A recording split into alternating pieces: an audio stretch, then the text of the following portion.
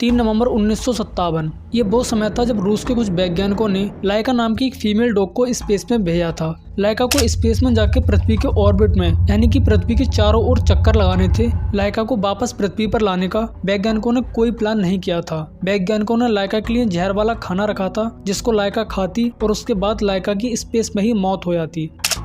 लेकिन प्लान के मुताबिक ऐसा कुछ भी नहीं होता है, बल्कि उड़ान के 7 घंटे बाद ही लाइका की मौत हो जाती है।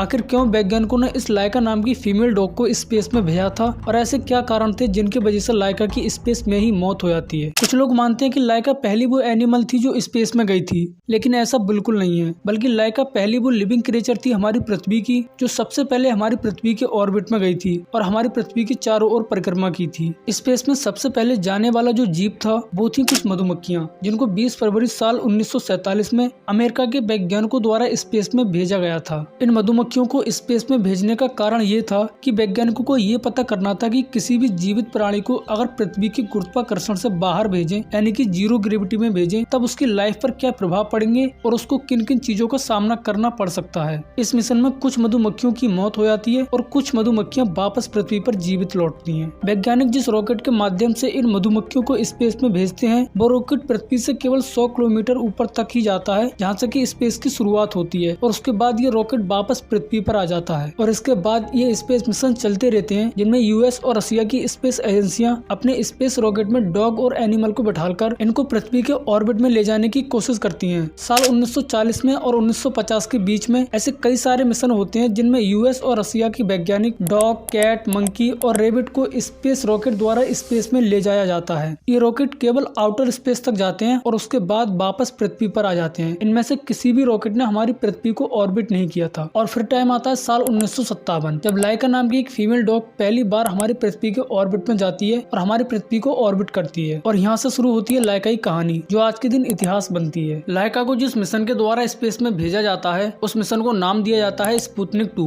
अब इस मिशन को स्पुतनिक 2 इसलिए बोलते हैं क्योंकि इससे पहले रूस के वैज्ञानिक एक और मिशन कर चुके थे जिसको नाम दिया गया था स्पुतनिक 1। इस मिशन के द्वारा ये लाइका नाम की डॉग स्पेस में जाती तो है, लेकिन वैज्ञानिकों ने इसको वापस पृथ्वी पर लाने का कोई प्लान नहीं किया था। इस मिशन में इस लाइका नाम की फीमेल डॉग की मौत निश्चित थी और ये वैज्ञानिकों ने पहले ही तय कर लिया था कि लाइका की मौत स्पेस में होना निश्चित है और इसीलिए लाइका को जो खाना रखा गया था इस स्पेस क्राफ्ट में उसमें हल्की सी मात्रा में जहर मिलाया गया था ताकि लाइका इस जहर वाले खाने को खाए और उसकी मौत हो जाए और उसे ज्यादा दर्दनाक मौत ना झेलनी पड़े। लेकिन ऐसा कुछ भी नहीं होता है। ये जो स्पुतनिक 2 एयरक्राफ्ट था इसकी लंबाई 13 फीट और चौड़ाई 6.5 फीट की थी और वजन 508 kg। इसके अंदर काफी सारे सेंसर लगाए गए थे और एक कैमरा भी लगाया गया था जिसके जरिए वैज्ञानिक लाइका को लाइव पृथ्वी पर देख पा रहे थे। इस मिशन के बाद रूस के वैज्ञानिक बताते हैं कि लाइका की मौत 7 दिन के बाद हुई थी। इस मिशन ने हमारी पृथ्वी को ऑर्बिट किया था और लाइका 7 दिन तक स्पेस में जीवित रही थी। शुरुआत में तो सबको यही लगता है कि लाइका की मौत 7 दिन के बाद हुई थी, लेकिन तकरीबन 50 साल बाद वैज्ञानिक इस राज का रहस्य खोलते हैं और बताते हैं कि लाइका की मौत 7 दिन के बाद नहीं बल्कि इस मिशन के उड़ान के 7 घंटे के बाद हो गई थी। लाइका के स्पेस क्राफ्ट ने जब हमारी पृथ्वी के एटमॉस्फेयर में एंटर किया था तब हमारी पृथ्वी के एटमॉस्फेयर के गर्माहट के कारण लाइका के स्पेस क्राफ्ट का टेम्परेचर इतना हाई हो जाता है और लाइका के स्पेस क्राफ्ट के अंदर इतनी गर्मी प्रकट होती है जिसे लाइका बर्दाश्त नहीं कर पाती है, जिसकी वजह से लाइका की मौत हो जाती है। अब इस मिशन के बाद ऐसा नहीं है कि वैज्ञानिकों ने और कोई ऐसा मिशन नहीं किया जिसमें किसी भी एनिमल को स्पेस में भेजा गया हो, बल्कि वैज्ञानिकों ने इसके बाद और भी कई सारे मिशन किए जिनमें एनिमल्स को स्पेस में भेजा गया था। लेकिन जितनी लाइका की कहानी प्रसिद्ध हुई उतनी शायद किसी और एनिमल की नहीं हुई। इन सब एनिमल्स को स्पेस में भेजने का मतलब यही था कि वैज्ञानिक स्पेस के बारे में ज्यादा से ज्यादा जानकारी इकट्ठा करना चाहते थे। वैज्ञानिक चाहते थे कि अगर किसी भी मनुष्य को स्पेस में भेजा जाए तब उसके लिए किन किन चीजों का सामना करना पड़ सकता है और उनका समाधान कैसे हो, और इसीलिए वैज्ञानिकों ने ये सारे मिशन एनिमल्स के साथ किए ताकि उन्हें स्पेस के बारे में ठीक तरीका से और सही जानकारी मिल पाए। इन एनिमल्स के द्वारा वैज्ञानिकों को बहुत कुछ जानकारी मिलती है स्पेस के बारे में और फिर वो टाइम आता है जब वैज्ञानिक एक मनुष्य को स्पेस में भेजते हैं। 12 अप्रैल साल 1961 ये वो समय था जब रूस के वैज्ञानिक पहली बार किसी मनुष्य को स्पेस में भेजते हैं और यूरी गागरिन पहले वो व्यक्ति बनते हैं जो सबसे पहले स्पेस में जाते हैं।